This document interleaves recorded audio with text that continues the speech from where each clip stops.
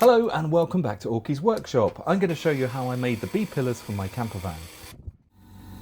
I'm making these for a Fiat Ducato van, but the way I make them would be the same for any van. These B-pillars are so easy to make. Rather than buying the crappy plastic ones, you can make your own, cover them with your own choice of fabric, and then every time someone comes around to your campervan, they're going to ask, how did you make those beautiful B-pillars?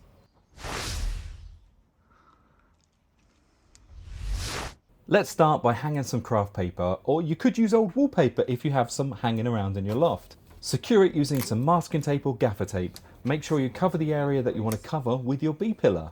Then draw the profile onto the craft paper. If you're using a marker pen, be very careful that you don't mark the wrong thing.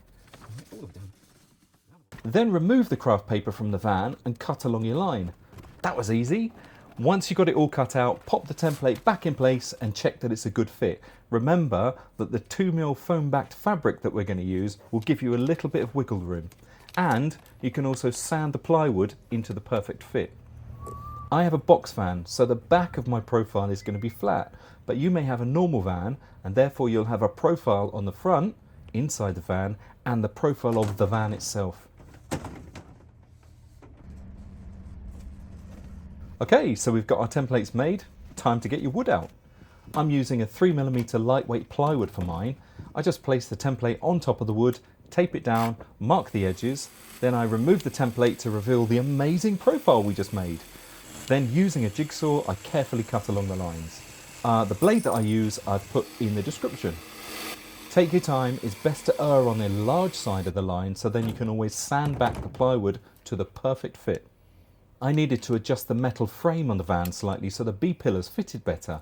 Sadly, I only filmed the insulation install. Needless to say, you need to level off the B-pillars so that the plywood has something to attach to.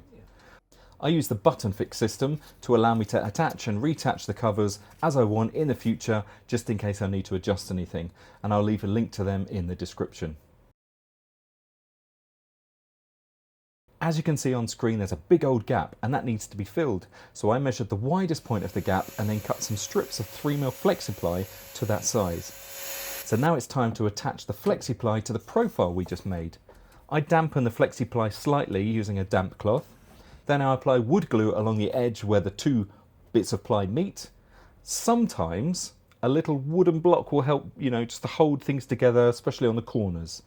Then I just slowly move along the profile with the flexi-ply and staple or pin it in place.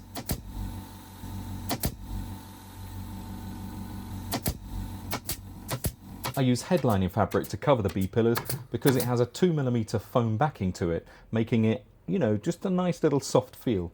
You can buy the foam bare and then you could add whatever fabric you like. I'll leave a link in the description to what I use. I just lay the B-pillar on the back of the fabric and then cut a generous overhang, as you're going to need this later to pull the fabric tight. Take your time. If you make it too large, you can always trim off the excess. If you make it too small, you're buggered. On the profile edge, I add a 15mm band. This is going to help us later when we sew the return edge in place. Don't be tempted just to wrap the entire pillar in one piece of fabric, unless you're using that 3-way stretch stuff, otherwise it's just going to kink up and it's going to look terrible. If we take a piece of headliner and lay it on the face of the B-pillar, then add another piece of headlining fabric and lay it on the other face of the B-pillar, if we were just to glue them both straight onto the wood that we've cut out, we'd get this kind of nasty blunt edge. What I like to do is sew them together and have the stitch line along the angle of the profile. Trust me. We can't just sew them back to back, as they wouldn't correctly interact with the angle of the profile. Each flat sewn piece of headlining fabric would then be 45 degrees from the stitch line. Trust me. We don't have a 45-degree bend, we have a 90-degree bend. Let me show you. If I try and fold this flat sewn material around the profile, we get this funny looking bump. And as I said, it's due to both materials being equal to the stitch line. To prevent this, we have to feed the return fabric along the edge of the profile headlining fabric by feeding it into the sewing machine as we go. Let me show you.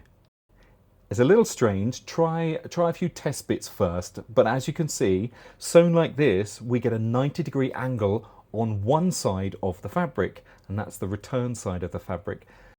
Don't worry about the excess material bump, we're going to deal with that in a little bit.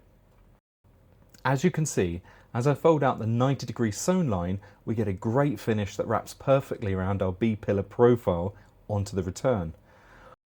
Once this has its backing foam added and glued in place, it's going to look great. It's really hard to explain, so just grab a few offcuts and give it a go. I'm going to take my two pieces of headlining fabric, the profile and the return, lay them back to back and slowly sew along that 15mm line, remembering to move the return piece along with the profile. Slowly and steady works best here. I've made hundreds of these and I still take my time. I find it's best to have the return piece on top of the profile. Okay, well that's the hardest bit done, the profile and the stitching. Now it's just a case of sticking everything together. Weight. The glue is really important. Don't just use standard contact adhesive, as it's probably likely to fail in the high heat. I use a high heat flexible contact adhesive that's specially made for inside vehicles, and I'll leave a link to that in the description. So spray the profile face and the material with the glue and lightly tack it in place so you can make any small adjustments. Once you're happy with how it looks, rub it or roll it to make sure that the contact adhesive really grabs. Then spray the return face and the return material. This time we need to pull the return material slightly, not enough to distort the fabric, but just enough to make it tight. As you pull it, lay it over the return and then rub it into place. If there are any fiddly bits, just lightly tack them into place, make your adjustments, and then give it a final rub over. As you can see, the corners are fiddly, but the finished pillar is totally worth the work. So lightly pull the fabric and then rub it into place. Okay, it's looking great, but now we need to tidy up those edges.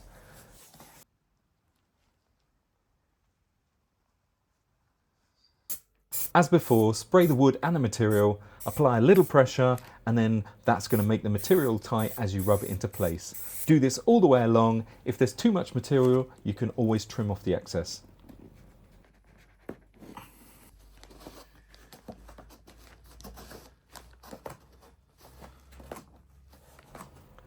Right, it's time to fit those beautifully upholstered B-pillars.